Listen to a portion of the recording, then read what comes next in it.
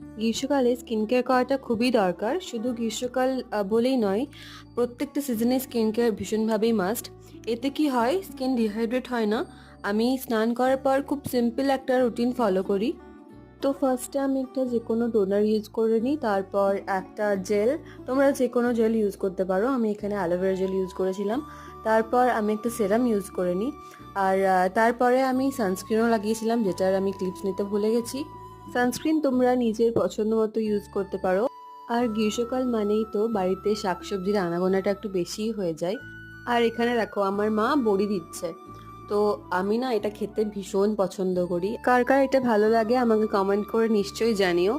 আর সবশেষে একটা কথাই বলতে চাই, এই গরমে খুব সাবধানে থাকো, বেশি বেশি করে জল খাও। আর যারা আমার চ্যানেলে নতুন, মানে এই ভিডিওটা ফার্স্ট দেখছো, তারা প্লিজ আমার চ্যানেলটা সাবস্ক্রাইব করে দাও। দেখা হচ্ছে নেক্সট মিনিট ভাগে। বাই।